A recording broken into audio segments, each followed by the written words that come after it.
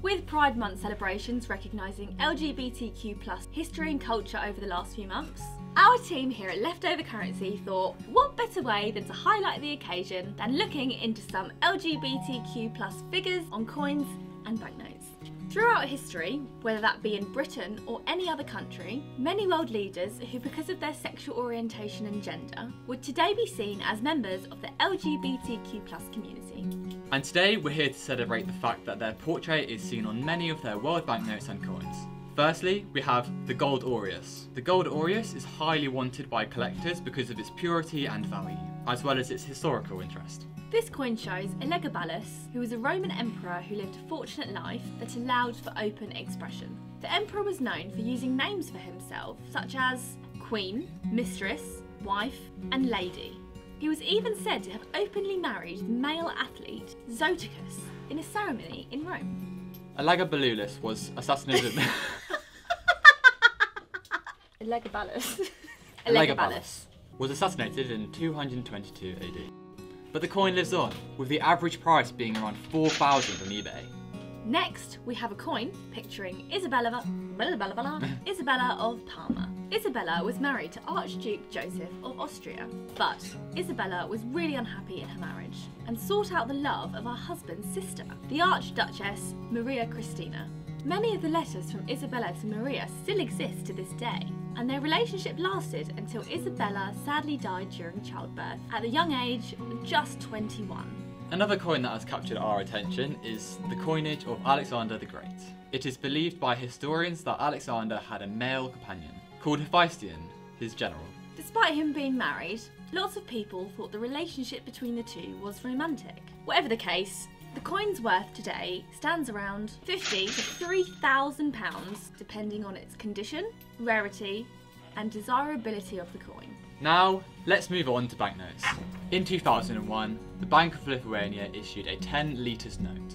These notes featured the portrait of two pilots, Stepanas Darius and Stasis Girianis, who in 1933 flew over the Atlantic in a self-made aircraft. However, their plane crashed in Germany, killing both of the pilots, only 636 kilometres short of their goal, Lithuania. While the two pilots were not known as LGBTQ+ themselves, the banknote became popular in the LGBTQ+ community. After these Lithuanian litre banknotes was replaced by the euro in 2014, they were no longer legal tender.